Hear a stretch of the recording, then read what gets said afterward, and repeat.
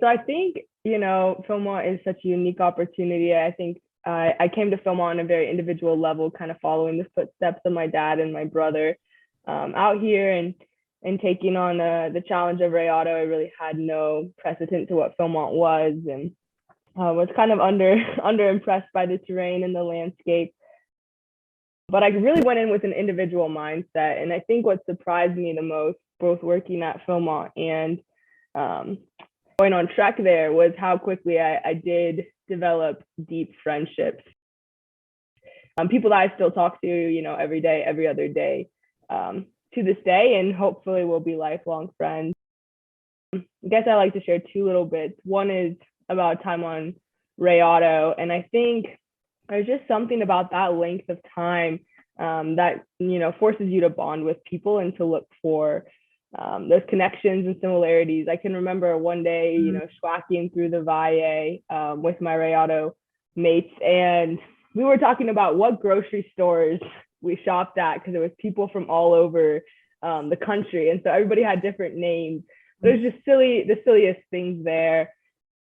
And I can think of another moment when, later in our trek, and you've known each other for a while, you've been with each other for 16 days or something like that. So it's like, what are you going to talk about at this point? But then there's some real pure, authentic moments of shared relationship. Like, I think we were talking about our grandmothers and how one of my close friends, we were like, yeah, we always drink tea with our grandmothers, and how it'd be so nice to just have a cup of tea. We're out there sweaty and dirty and kind of gross, but it was just these similar, very mundane things that really brought us together there. And then I think Philmont really pulled me out of myself as far as those bonds go.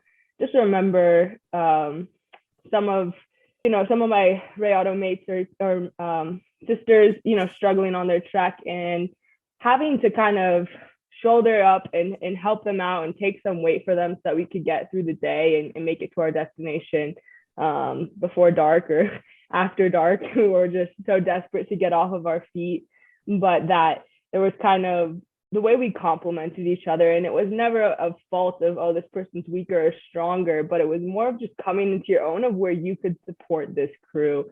And it's so unique because you don't know anybody, and yet people's strengths quickly come out to reflect each other. So I think the unique length of it, like I said, is really big. And what bonds it is, like, you can get through a few days with people and make it through with some minor connections. But when you're out there for so long, you're gonna be forced to rely on each other, and you start sharing these kind of small, intimate, mundane details that start making each other feel, I think, more human, and just build connections off of that.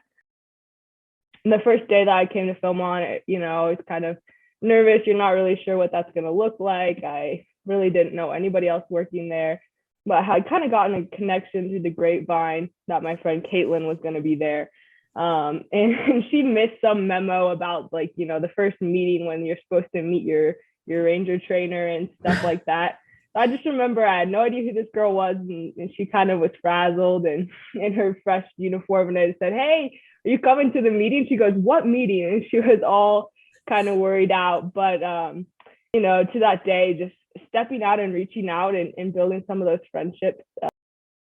And what the biggest delight it is to see a friend on the trail with a crew, somebody unexpected coming through, and you kind of stop and your crew keeps going, and you're like, I want to know about everything. How was your trek? How is your friends? How was your hike? Where are you going? What are you doing in your days off? And in those brief moments, we pack so much into that depth that it's really just a delight. And I think that reflects to these friendships today, where it's like, maybe we only call every couple of months, but I was just skiing with a couple of Philmont friends, and they just said, I call my Philmont friends maybe every 3 to 4 months, and we just pack in all these life events in this quick way, and we celebrate each other, and we hear, their brief struggles, and we lose some of that mundane and daily things. But what a deep bond it is that you can just pick up right where you left off